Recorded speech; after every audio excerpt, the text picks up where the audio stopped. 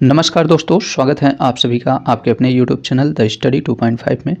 आज के इस वीडियो में हम लोग उत्तर प्रदेश करंट अफेयर्स के मैगजीन को शुरू करने जा रहे हैं, जो कि लेटेस्ट जनवरी 2025 का मैगजीन है। इस मैगजीन में दोस्तों आप सभी को काफ़ी महत्वपूर्ण प्रश्न देखने को मिलेंगे, जो आने वाले एग्जाम के दृष्टिकोण से, जैसे यूपी पीसीएस, आरओ और यूपी SSC से संबंधित एग्जाम होने वाले हैं, उन सभी के लिए महत्वपूर्ण है। तो चलिए हम लोग इसे शुरू करते हैं। और आज के इस वीडियो में दोस्तों इस मैगजीन के हम लोग वन नाइटर टाइप के प्रश्नों को देखेंगे, जिसमें आपको दो टाइप के प्रश्न इसमें मिलेगा, एक उत्तर प्रदेश स्पेशल, दूसरा राष्ट्रीय और अंतर्राष्ट्रीय से संबंधित। तो चलिए हम लोग इसे शुरू करते हैं और इसके सभी प्रश्नों को डिटेल से कवर करते हैं। आइए सीधे प्रश्नों पे चलते हैं। चलिए पहला पॉइंट देखते हैं।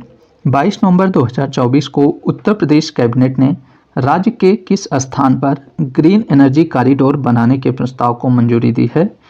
तो वह जिला बुंदेलखंड है। ठीक है, ध्यान रखिएगा दोस्तों, उत्तर प्रदेश कैबिनेट ने बुंदेलखंड जिले में ग्रीन एनर्जी कॉरिडोर बनाने के प्रस्ताव को मंजूरी दी है। नेक्स्ट है, 19 नवंबर 2024 को उत्तर प्रदेश के किस संस्थान ने ब्लड शुगर, लीवर और किडनी से जुड़ी महत्वपूर्ण जांच करने वाली देश की पहली पोर्टेबल डिवाइस तैयार की है? तो वह संस्थान IIT कानपुर है। 14 नवंबर 2024 को मिली जानकारी के अनुसार किस राज्य ने खनन पट्टों पर प्रभावी निगरानी के लिए एक विशेष निरीक्षण ऐप विकसित किया है? तो वह राज्य उत्तर प्रदेश है।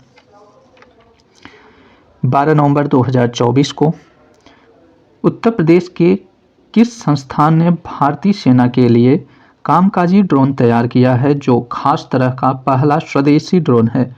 वह संस्थान IIT कानपुर है। ठीक है, 12 नवंबर 2024 को उत्तर प्रदेश सरकार की घोषणा के अनुसार शीरा निर्यात में उत्तराखंड राज्य को वरीयता देते हुए वहां की अल्कोहल आधारित इकाइयों को कितने क्विंटल शीरा निर्यात की अनुमति दी है?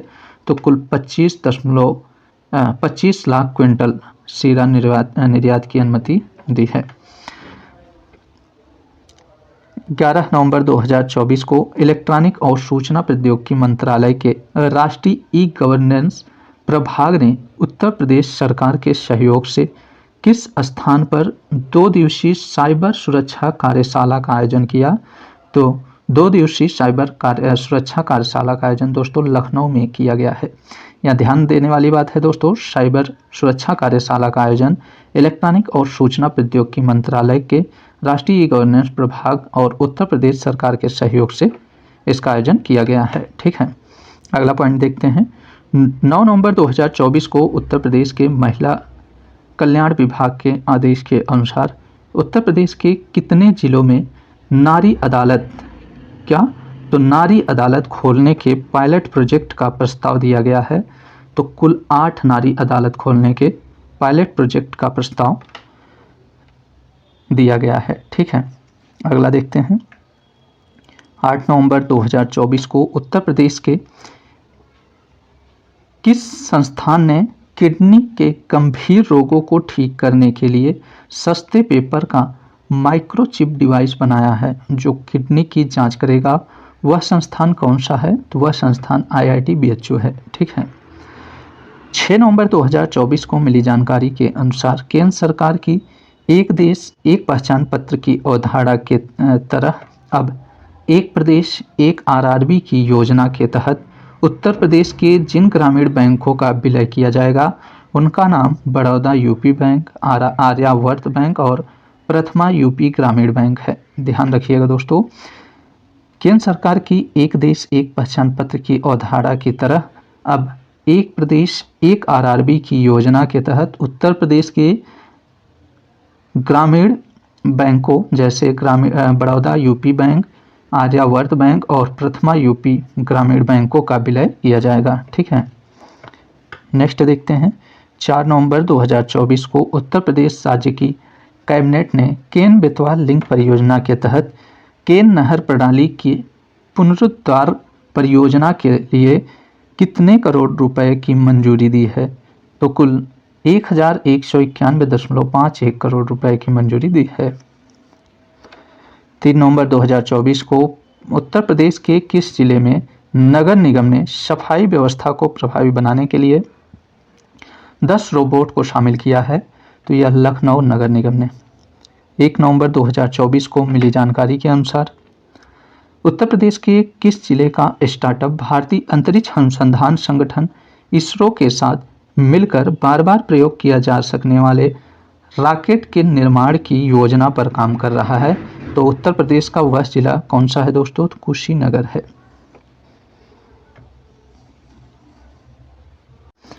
चलिए नेक्स्ट पॉइंट देखते हैं। 28 अक्टूबर 2024 को उत्तर प्रदेश के मुख्यमंत्री ने किस जिले में 51 फीट ऊंची भगवान हनुमान की प्रतिमा का लोकार्पण किया? तो वाराणसी जिला में किया है। 27 अक्टूबर 2024 को उत्तर प्रदेश सरकार ने आर्थिक रूप से कमजोर और 3 तलाक से पीड़ित महिलाओं के स्वावलंबी बनाने के उद्देश्य से जिस योजना की शुरुआत की है वह योजना upliftment program for minority girls scheme है। ठीक है, यह योजना दोस्तों आर्थिक रूप से कमजोर और 3 तलाक से पीड़ित महिलाओं को स्वावलंबी बनाने के उद्देश्य से शुरू किया गया है। अगले पॉइंट की ओर देखते हैं हम लोग। अगला पॉइंट है 27 अक्टूबर 2024 को राष्ट्रपति द्रौपदी मुर्मू ने अखिल भारतीय आयुर्विज्ञान संस्थान रायपुर के द्वितीय दीक्षांत समारोह में अलीगढ़ के किस चिकित्सक को धन्वंतरी पुरस्कार से सम्मानित किया है? तो अम्बेश सिंह को। ठीक है, अम्बेश सिंह को धन्वंतरी पुरस्कार से सम्मानित किया गया है। 26 अक्टूबर 2024 को उत्तर प्रदेश सरकार द्वारा वर्ष 2041 तक आवासीय प्रौद्योगिक और लॉजिस्टिक बुनियादी ढांचे को बढ़ावा देने के लिए किस सिटी के विकास को मंजूरी प्रदान की गई है?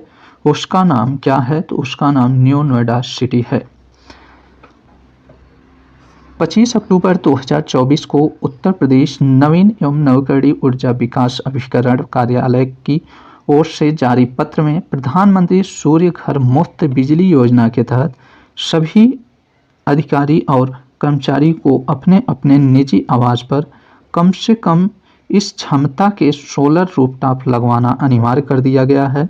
इसकी क्षमता क्या होगी? तो इसकी क्षमता दोस्तों कम से कम 2 किलोवाट होगी। ठीक है, 25 अक्टूबर 2024 को मिली जानकारी के अनुसार उत्तर प्रदेश के किस विश्वविद्यालय ने किसानों को उनकी फसल की सटीक भविष्यवाणी के लिए AI based device for crop health monitoring नाम की मशीन का निर्माण किया? वह विश्वविद्यालय कौन सा है? तो वह विश्वविद्यालय आचार्य नरेंद्र देव कृषि एवं प्रौद्योगिकी विश्वविद्यालय है। 24 अक्टूबर 2024 को सुशासन के लिए राष्ट्रीय केंद्र ने उत्तर प्रदेश के किस संस्थान के सहयोग से सार्वजनिक नीति और सुशासन पर वेबिनार श्रृंखला का आयोजन दूसरा वेबिनार पूर्ण किया है? वह संस्थान IIT कानपुर है। 24 अक्टूबर 2024 को उत्तर प्रदेश के चिकित्सा सचिव से मिली जानकारी के अनुसार आयुष्मान भारत डिजिटल मिशन की विभिन्न श्रेणियों में उत्तर प्रदेश संपूर्ण देश में किस स्थान पर है? तो उत्तर प्रदेश पहले स्थान पर है। 24 अक्टूबर 2024 को उत्तर प्रदेश के किस संस्थान ने देश की पहली portable hand health x-ray device तैयार की है? वह संस्थान IIT कानपुर है। 23 अक्टूबर 2024 को मौसम विभाग द्वारा जारी आंकड़ों के अनुसार देश के सबसे प्रदूषित शहरों की सूची में उत्तर प्रदेश का कौन सा शहर 8वें स्थान पे है? तो मेरठ है। ठीक है, मेरठ प्रदूषित शहरों में 8वें स्थान पर है। ठीक है, हाल ही में उत्तर प्रदेश के मुख्यमंत्री द्वारा राज्य के किस जिले में राष्ट्रीय सिल्क एक्सपो का उद्घाटन किया गया? तो लखनऊ जिले में राष्ट्रीय सिल्क एक्सपो का उद्घाटन किया गया है। चलिए नेक्स्ट पॉइंट देखते हैं। 22 नवंबर 2024 को बोस्टन कंसल्टिंग ग्रुप द्वारा जारी रिपोर्ट के अनुसार AI एक्सपर्ट के मामले में भारत का दुनिया भर में कौन सा स्थान है? तो भारत का AI एक्सपर्ट्स के मामले में दूसरा स्थान है। 21 नवंबर 2024 को जिस देश के राष्ट्रपति ने भारतीय सेना के प्रमुख जनरल उपेंद्र द्विवेदी को सेना के जनरल की मानद उपाधि से सम्मानित किया, वह देश कौन सा है? तो वह देश नेपाल है। 20 नवंबर 2024 को जल शक्ति मंत्रालय ने 8वें भारत जल सप्ताह 2024 के दौरान भारत में भूजल विनियमन को बढ़ाने के उद्देश्य से जो महत्वपूर्ण पोर्टल लॉन्च किया है उसका नाम क्या है? तो उसका नाम भू-नीर पोर्टल है। 18 नवंबर 2024 को राष्ट्रीय सुरक्षा परिषद सचिवालय और राष्ट्रीय रक्षा विश्वविद्यालय द्वारा साइबर खतरों तथा संकट स्थितियों के प्रबंधन में पेशेवरों को प्रशिक्षित करने के उद्देश्य से एक अभ्यास शुरू किया गया, जिसका नाम क्या है? तो इसका नाम भारत राष्ट्रीय साइबर सुरक्षा अभ्यास है। 17 नवंबर 2024 को किस राज्य ने सेमीकंडक्टर और डिस्प्ले फैब्रिकेशन क्षेत्र में निवेश आकर्षित करने के लिए सेमीकंडक्टर तथा डिस्प्ले फैब्रिकेशन नीति 2024 से 2029 को मंजूरी प्रदान की है? तो वह राज्य आंध्र प्रदेश है। 15 नवंबर 2024 को नई दिल्ली में 2 दिवसीय प्रथम बोडोलैंड महोत्सव का आयोजन किया गया। इस महोत्सव का विषय क्या था?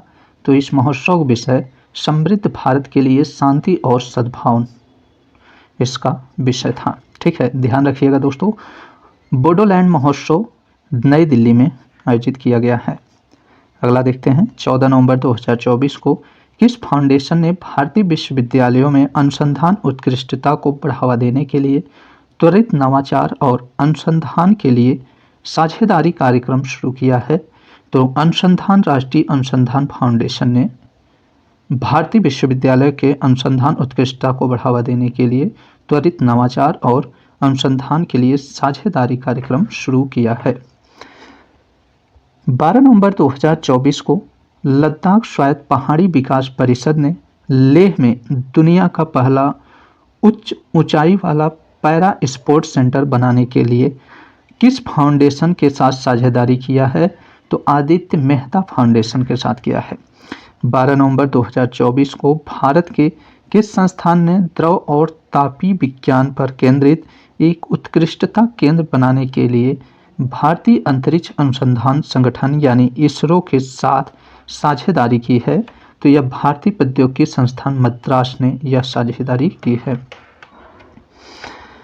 9 नवंबर 2024 को जिन 2 संगठनों ने 5G ग्रामीण कनेक्टिविटी के लिए मिलीमीटर वेव ट्रांसीवर विकसित करने के लिए एक समझौते पर हस्ताक्षर किए हैं, तो वह संगठन कौन से हैं? तो वह संगठन CDOT और IIT रुड़की है।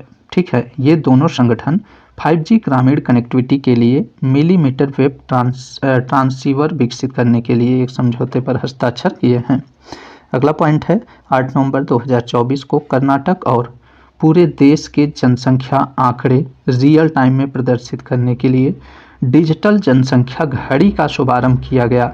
इसका शुभारंभ कहाँ किया गया है? बेंगलुरु में किया गया है। 5 नवंबर 2024 को शुरू हुई वर्ल्ड ट्रैवल मार्केट में भारत सरकार के पर्यटन मंत्रालय ने भाग लिया है। इसका आयोजन किस शहर में हुआ? तो इसका आयोजन लंदन में हुआ है। ठीक है। 2 नवंबर 2024 को दिल्ली के कर्तव्य पथ पर अमृत परंपरा श्रृंखला के अंतर्गत पहले कार्यक्रम कावेरी का गंगा से संगम का उद्घाटन जिन्होंने किया उनका नाम क्या है? तो उनका नाम डॉक्टर S जयशंकर है। 1 नवंबर 2024 को जिस मंत्रालय ने ग्रामीण क्षेत्रों में नागरिकों के लिए डिजिटल पहुंच को बढ़ाने के लिए digital India common service centre परियोजना की शुरुआत की, वह मंत्रालय कौन सा है? तो इलेक्ट्रॉनिक और सूचना प्रौद्योगिकी मंत्रालय है। ध्यान रखिएगा दोस्तों, इलेक्ट्रॉनिक और सूचना प्रौद्योगिकी मंत्रालय ने ग्रामीण क्षेत्रों में नागरिकों के लिए डिजिटल पहुंच को बढ़ाने के लिए digital India common services centre परियोजना की शुरुआत करने की घोषणा की है। नेक्स्ट देखते हैं, 29 अक्टूबर 2024 को भारतीय नौसेना का नौसेना नवाचार और स्वदेशीकरण सेमिनार स्वावलंबन 2024 किस शहर में आयोजित किया गया? तो ये नई दिल्ली में आयोजित किया गया है। 29 अक्टूबर 2024 को किस एप्लीकेशन ने बेसल कम्युनिकेशन और सपोर्ट सिस्टम का उपयोग करके चक्रवात दाना के दौरान समुद्र में मछुआरों की सहायता की? वह एप्लीकेशन कौन सा है? तो नवमित्र एप्लीकेशन है। ठीक है। 29 अक्टूबर 2024 को किस देश में संयुक्त राष्ट्र जलवायु सम्मेलन के पक्षकारों के 16वें जैव विविधता शिखर सम्मेलन की उच्च स्तरीय बैठक का आयोजन किया गया? तो यह कोलंबिया में किया गया है। 29 अक्टूबर 2024 को किस देश ने भारत के मुंबई शहर में आर्थिक संबंधों को बढ़ावा देने के लिए तीसरे आर्थिक और सांस्कृतिक केंद्र की स्थापना की है? वह कौन सा देश है? तो वह देश ताइवान है। 29 अक्टूबर 2024 को भारतीय रेलवे ने जिस देश के पर्यावरण, परिवहन और संचार विभाग के साथ प्रौद्योगिकी साझाकरण, ट्रैक रख रखाव, प्रबंधन तथा निर्माण सहित विभिन्न क्षेत्रों में सहयोग के लिए समझौता ज्ञापन पर हस्ताक्षर किए हैं, वह देश स्विट्जरलैंड है। 28 अक्टूबर 2024 को इंडिया एआई और मेटा ने भारत के जिस संस्थान में जनरेटिव एआई सेंटर का शुभारंभ किया, वह संस्थान आईआईटी जोधपुर है। अक्टूबर 2024 को मस्तिष्क द्वारा लिखित भाषा को संसाधित करने और सीखने में बाधा उत्पन्न करने वाली निःशक्तता डिस्लेक्सिया के बारे में देश भर में जागरूकता बढ़ाने के लिए किस अभियान की शुरुआत की गई? तो एक्ट फॉर डिस्लेक्सिया अभियान की शुरुआत की गई है। 26 अक्टूबर 2024 को रेलवे सुरक्षा बल ने शहीद जवानों को सम्मान देने के लिए किस वेबसाइट को लॉन्च किया है? तो digital memorial of valour website को लॉन्च किया है। 25 अक्टूबर 2024 को किस शहर में 17वें शहरी मोबिलिटी भारत सम्मेलन और एक्सपो 2024 का उद्घाटन किया गया? तो इसका उद्घाटन गांधीनगर में किया गया है। 25 अक्टूबर 2024 को किस देश ने भारत के साथ अपने संबंधों को मजबूत करने के लिए फोकस ऑन इंडिया दस्तावेज जारी किया है? तो यह जर्मनी देश है। 24 अक्टूबर 2024 को भारतीय नौसेना द्वारा आयोजित एक महत्वपूर्ण अंतर्राष्ट्रीय संगोष्ठी चाणक्य संवाद का आयोजन किया गया है। इस वर्ष के लिए कार्यक्रम का विषय क्या था? तो इसका विषय राष्ट्र निर्माण में प्रेरक व्यापक सुरक्षा के विकास को बढ़ावा देना था। ठीक है। 23 अक्टूबर 2024 को भारत सरकार के विदेश मंत्रालय ने भारत और पाकिस्तान के करतारपुर साहिब कॉरिडोर पर अपने समझौते की वैधता को 5 साल के लिए बढ़ावा दिया है। ये अब किस वर्ष तक के लिए वैध है? तो यह वर्ष 2029 तक वैध है। हाल ही में राष्ट्रीय वित्तीय रिपोर्ट प्राधिकरण ने किस संस्थान के साथ कॉर्पोरेट प्रशासन के क्षेत्र में ज्ञान और क्षमता निर्माण करने के लिए एक समझौता ज्ञापन पर हस्ताक्षर किया है? तो वह संस्थान भारतीय कॉर्पोरेट कार्य संस्थान है। ठीक है। हाल ही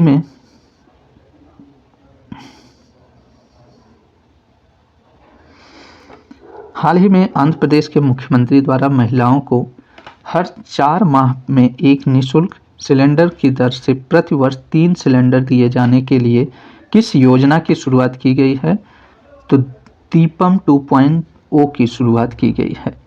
ठीक है। दीपम 2.0 का उद्देश्य है दोस्तों, महिलाओं को हर 4 माह में एक निःशुल्क सिलेंडर की दर से प्रति वर्ष 3 सिलेंडर दिए जाएंगे। यह योजना आंध्र प्रदेश के मुख्यमंत्री द्वारा शुरू किया गया है।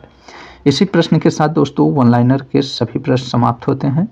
नेक्स्ट वीडियो में हम लोग इसके ऑब्जेक्टिव को देखेंगे। आप सभी को ये वीडियो कैसा लगा, आप सभी अपनी प्रतिक्रिया कमेंट बॉक्स में ज़रूर दीजिएगा। चलिए दोस्तों, मिलते हैं नेक्स्ट वीडियो में, तब तक के लिए नमस्कार।